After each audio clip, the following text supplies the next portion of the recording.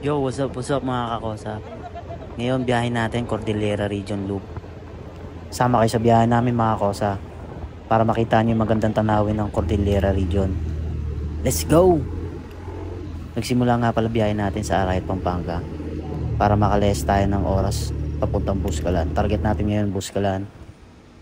Unang stopover nga pala natin to sa San Jose. Check tayo maps para malaman natin kung gaano pa tayo kalayo. Yun na nga, di pa tayo nakakalayo ng San Jose. May isang oras din natin binaybay yung traffic dito. May ginagawa palang tulay. Base sa mga nakasabay natin dito sa mga nakabas na to, 4 hours daw sila inaabot dyan sa kahabaan ng traffic na yan. Pinlano pala namin itong biyahe na to kasi base sa social media maganda raw pumunta rito ng December para makita mo yung mga gandang tanawin. Saka yung lamig ng Cordillera. Di pa kami nakakarating ng arko ng Nueva Vizcaya. Nagparamdam na yung ulan. Buti na lang may kapihan sa Gedli kay ate. Salamat sa iyo ate sa pagbigay sa amin ng plastic para sa bag. Kahit nga umuulan, napahinto kami dito kasi first time namin dito sa Nueva Vizcaya. Fast forward tayo dito sa Aritaw kasi di tayo makapag-video doon dahil nga maulan. Tapos napahinto tayo dito. Sobrang ganda nung bundok dito, parang painting. Kaso di ko lang kung anong tawag yan. Pa-comment naman guys kung anong bundok yon. At dito medyo nakakaramdam na kami ng gutom. Kaso di kami nakapag-stop over bandang Bayumbong kasi inulan kami. Bali dito na yung pangalawang stopover namin sa Lamat Ifugao. Yan na kami kumain ng tanghalian para makapagpahinga na rin. Marami na rin palang vulcanizing shop saka motor shop lang guys kung gusto nyo mag-check. Maganda na yung tanawin dito guys. Try natin mag-cinematic.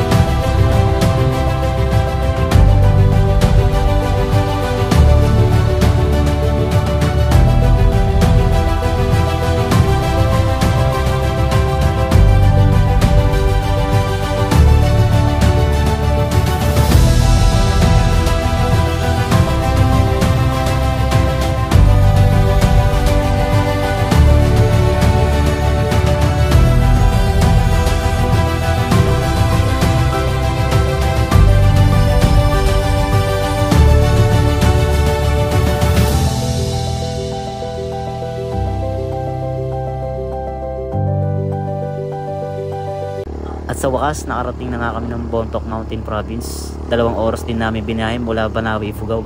Grabe yung pinagdaanan namin doon guys. Sobrang tatarik ng pababa.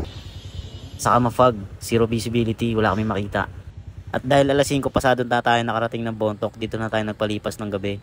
Bukas na ng umaga natin itutuloy yung papuntang Buscalan. Malapit lang naman, halos 1 hour may git na lang, based sa maps. Habang nag-iikot nga pala kami dito, maghanap ng hapunan, ito pala bumungad sa amin, Itag. Umagang kay Ganja mga kakosa. Papunta na pala tayong Buscalan nito. Prepping tayo ng mga gamit. Dito medyo nagduda kami. Nilamig ata yung motor. Grabe umusok yung tambucho namin ng umaga na yan. At dahil goods naman yung langis at walang lumalabas sa check engine, biyahe na natin yan papuntang Buscalan. Let's go!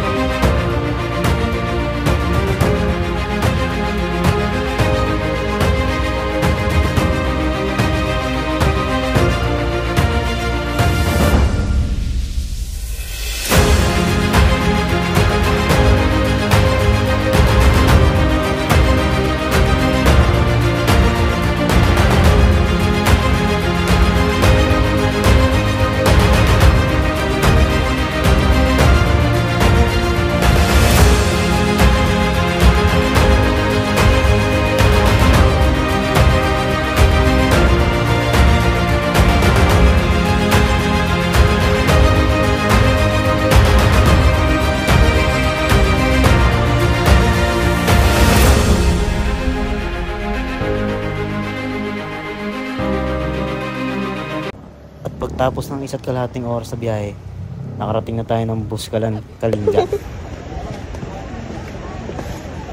Saan yung tour guide natin yung aso?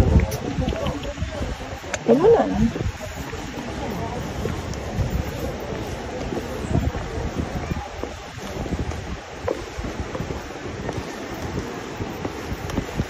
Ayan na.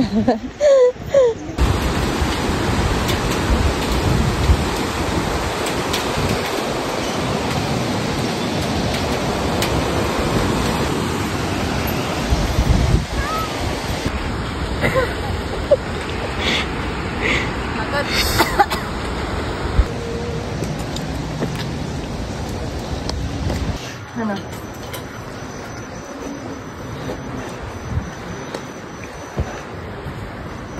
Vale, está Marcos. Estamos una lang granada. Una lang na yan. Di bale Marcos maganda sa babae. Okay, doon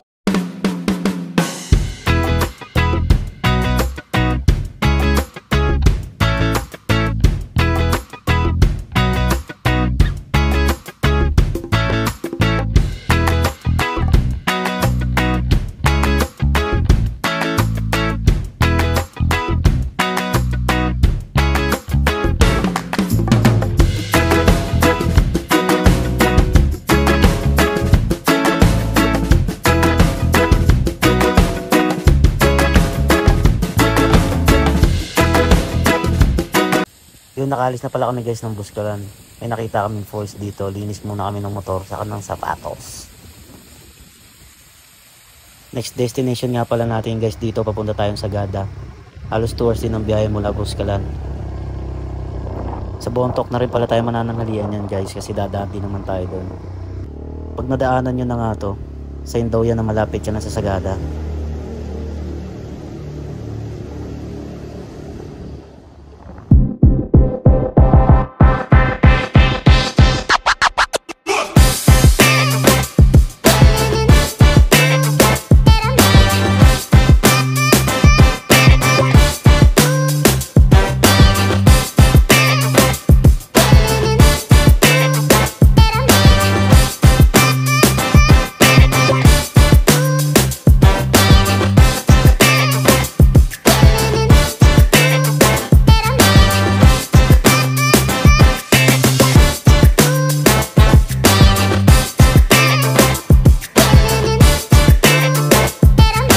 Dito nga pala kami naka-check-in guys sa Red Doors Sagada. Baka naman Red Doors.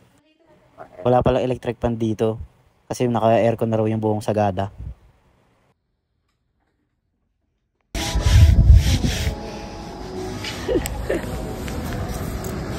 Grabe no. Damn.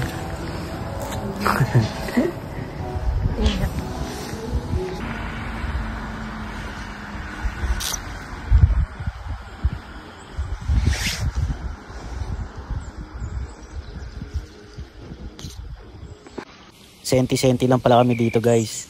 First time namin dito eh. Ito kagad yung datatnan namin. May nakapagsabi pala sa amin, kita daw dito yung hanging coffins. Ewan ko kung ito yung guys. Gala muna tayo dito guys. Meron din pala silang tindahan ng mga jacket dito malapit sa simbahan. Yan.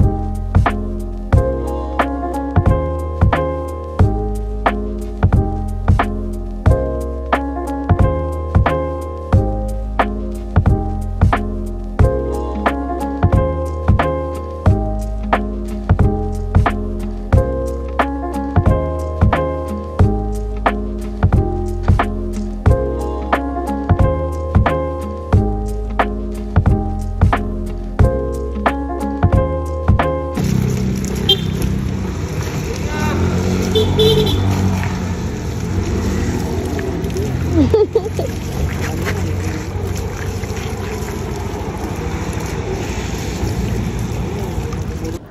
na nga pala kami ng Baguio nito guys. Salamat sa mga nakasabay namin NMAX dyan. Sila kuya, mababait yan. Shoutout nga pala sa inyo kuya, nakalimutan ko na name nyo.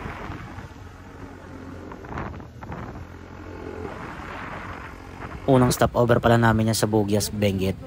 Solid ng bulalo nila dyan guys, sakto sa taglamig.